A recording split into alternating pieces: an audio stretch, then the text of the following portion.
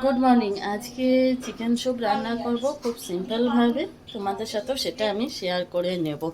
তার জন্য নিয়েছি 200 গ্রাম মতো চিকেন, এখানে সবজি কুচিয়ে নিয়েছি। এবার আস্তে আস্তে করব, সেটা তোমাদেরকে দেখাচ্ছি।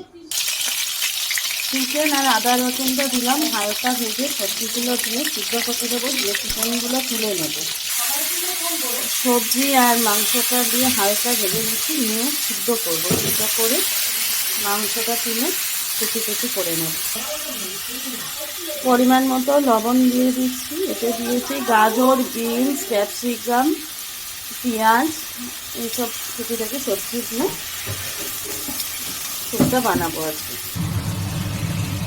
চিকেনগুলোকে আর তুলিনি, এর মধ্যে খুন্তি দিয়ে দিয়ে কুচো কুচো করে নিচ্ছি।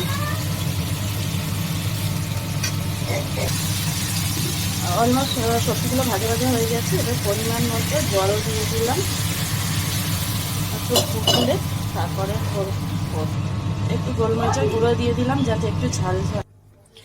এই দুটো ডিম ফেটিয়ে দেবো একটুখানি হওয়ার পরে, ফোটার পরে। একটু সয়া সস দিয়ে দিচ্ছি কালারটা হওয়ার জন্য।